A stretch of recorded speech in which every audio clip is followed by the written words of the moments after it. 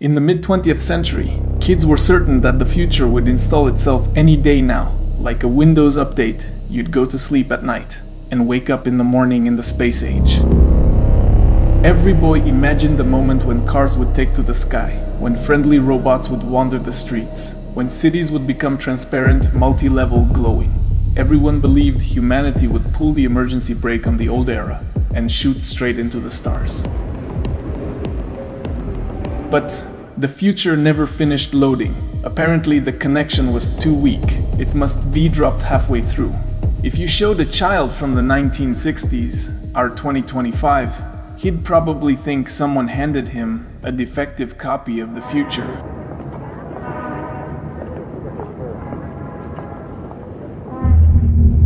He expected a radiant civilization, but instead he'd see the same houses, the same roads, the same tired faces, and the same streetlights flickering as if trying to apologize for their own exhaustion.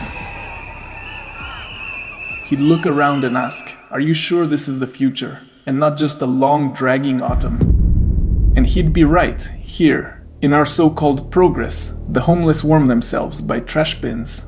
Drugs spread like mold on an old wall. Cities drown in garbage as if it were a new kind of building material. People wander like passengers who missed their stop, while the system sits somewhere above it all, shrugging, "Sorry folks, we're on lunch break." And in the developing world, it's not the future. It's the trailer for a disaster movie. The air tastes bitter. The seas are gone, replaced by liquid plastic mixed with water. Diseases seem to have been promoted and now work double shifts without days off. Humanity boils under the sun in a stew of heat, grime, and chaos, where everyone survives however they can, while civilization pretends everything is fine. Just hold on a bit longer, it'll get worse soon.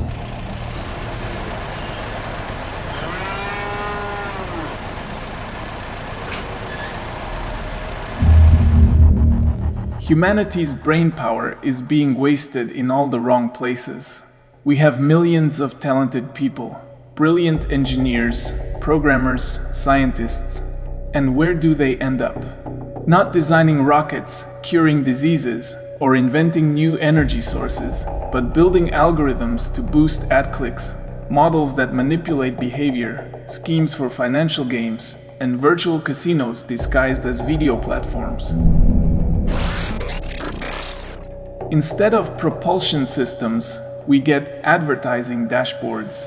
Instead of medicine, sales optimization. Instead of breakthroughs for humanity, new tricks to lock people into just one more month of subscriptions. The global economy turns geniuses into digital sprinters, racing endlessly on a treadmill where the only prize is keeping a user glued to the screen for 3 extra seconds. Countries have stopped investing in fundamental science. Fundamental science is what creates the future 20 to 40 years down the line. The problem is that politicians think in 4-year cycles. 6 if they're lucky. If the results won't show up before the next election, the project doesn't matter. That's exactly why space exploration has turned into a show, why medicine is stalling, why biology develops in bursts instead of systematically, and why energy research is stuck in place. No one wants to pour billions into something that will only pay off long after they're gone. And that is a catastrophe.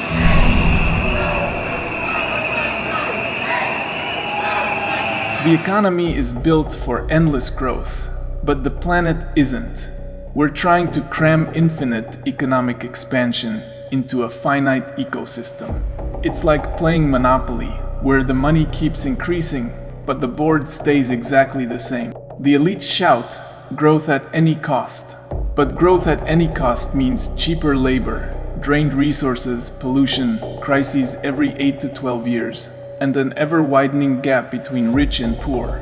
Technology can't flourish in an environment where everything is measured by an inflamed hunger for profit. The crisis isn't an accident, it's a system. We didn't accidentally end up in a world where technology has stalled. The economy keeps wobbling and humanity walks in circles. We're here because the world is run by one simple logic. Keep everything more or less the same, as long as the money flows where it's supposed to.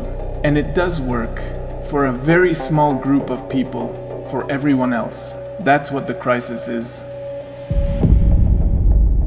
The social elevators are broken. The poor are sinking. The rich are flying. The middle class is disappearing. What elevators are we even talking about? We were left with a single staircase, and even that has been sealed off with concrete. There was a time when people said, study, work hard, stay persistent, and you'll rise. Today that line sounds like a joke from a bleak stand-up routine. The formula has changed. Born poor, get used to the view from below. The upper floors have been shut for years, guarded carefully, with a polite little sign posted on the door. No vacancies. Do not disturb. The rich live in their glass fortresses, breathing filtered air, eating sterilized food, walking on lawns trimmed with surgical precision. Meanwhile, the poor live in the real world, where every day feels like a battle for the right to exist without debt, panic, or humiliation. They fight for footing on ground that's constantly being pulled out from under them. The middle class, the very buffer that once kept society in balance, is evaporating. It used to be the backbone of civilization, people who could pay their bills, purchase goods, invest in their children's education, and avoid living paycheck to paycheck. Now that same middle class is being boiled like a frog, slowly, carefully, so it doesn't jump out. Everything rises at once: rent, mortgages, prices, taxes, and the crushing weight of personal debt. And with each turn of the screw, the gap widens between those who can afford anything and those who can barely afford to eat. The middle class is no longer a social layer. It's an endangered species, quietly added to the economic red list, fading out while the world pretends everything is still fine. Why is it like this? Because the rich benefit from having only two types of people, the very rich, meaning themselves, and the very poor, so that no one can compete with them or ask questions. The middle class is a threat. It has enough money and education to understand when it's being deceived. That's why it's being pushed out.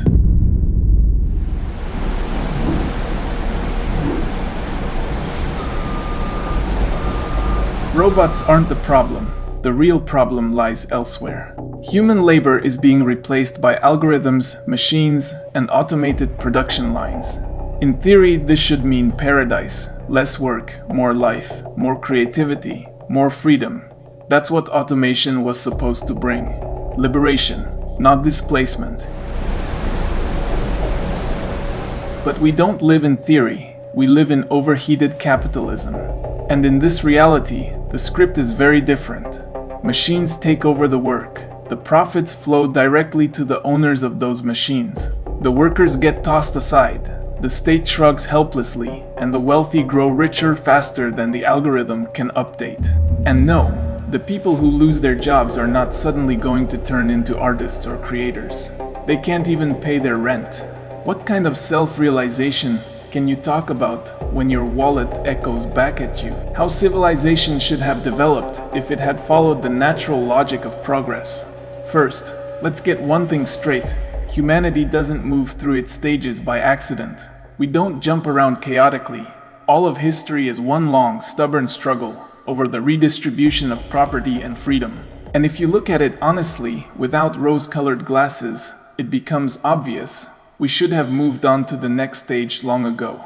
But we are being held back by those who cling to resources like cartoon dragons, squatting on piles of gold. The Neolithic era, when property was shared and people were free. The Neolithic Revolution, the shift to agriculture, gave humanity its first real leap forward. But the main point wasn't, oh wow, we learned how to grow wheat. The real significance was something else entirely. People had no private property in the modern sense. The land was communal, resources were shared, responsibility was collective. It was a model in which no one could buy up the air, the water, or someone else's future. Yes, life was harsh. Yes, there were problems. But the structure of society itself was healthy. No human being owned another. The ancient world, the era when people were turned into things. Then came the next stage, the rise of cities, the concentration of power, the first empires. And what did these so-called great civilizations do? Greece, Rome, Egypt. Every single one of them built its development on the same foundation: a human being property. A slave was a commodity, a tool, a replaceable part. The ancient world achieved progress at the price of human freedom. People didn't work for the future. They worked so the elite could build temples, roads, and machines of war. It was a dead-end path, but a powerful one, because for the first time, property gained absolute control over the human being. Medieval feudalism preserved the logic of the ancient world. It simply changed its costume. Now it wasn't a slave, but a serf. The essence was the same, only expressed more politely. Land became the main instrument of control. A person was bound to the soil, and the soil was bound to the owner. As for a social elevator, it didn't exist. It hadn't even been invented. The bourgeois revolutions, the first attempt to break free. The 19th century finally opened a crack in the system. A human being stopped being property. A human being became a person.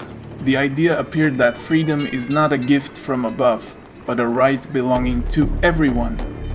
For the first time, the world had a real chance to move forward in the right direction. Private property stopped choking society. Science became an independent force. Education stopped being a luxury reserved for the wealthy. Labor gained value, and human rights became a norm instead of a philosopher's fantasy. This was the first step toward real progress, a moment when civilization could finally break the connection between wealth and power over people. The 20th century, the golden moment when we could have rewritten the rules. The 20th century was the era when humanity finally approached the crossroads. Either build a world in which technology liberates the human being, or build a world in which technology serves power.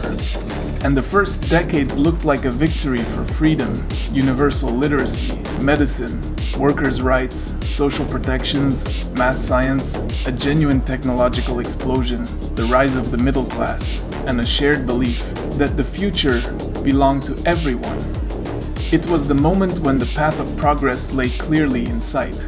Property, a tool; freedom, a goal; technology, an accelerator; the human being, a value. And if we had stayed on that course, we would now be living in a world where robots work and people live. How civilization should have continued. This is what the correct path of progress should have looked like. Not a fantasy, but the logical continuation of everything history had already set in motion. Technology was meant to free human beings from labor. If machines can produce, then the workday should shrink, income should be shared more fairly, and people should devote their time to creativity, learning, art, and exploring the world. Robots were never supposed to become rivals.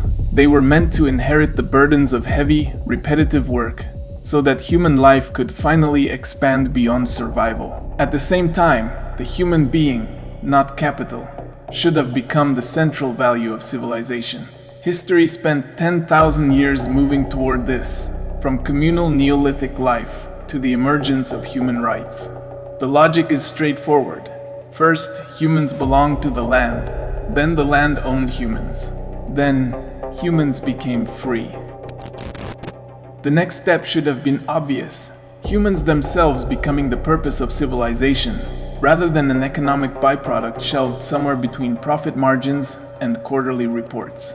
States should also have chosen to invest in fundamental science rather than systems of control. The proper direction for progress was clear: space exploration, medicine, biotechnology, energy research, education, ecological systems, and artificial intelligence, developed as a partner rather than a digital overseer. Civilization should have been building intellectual capital, not erecting electronic cages around its population. In the end, real progress is freedom, not capitalization.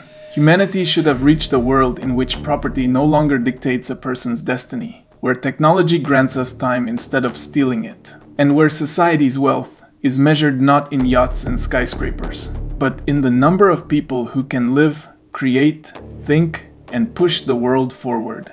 History is pulling us toward that destination. The system, however, is pulling us in the opposite direction.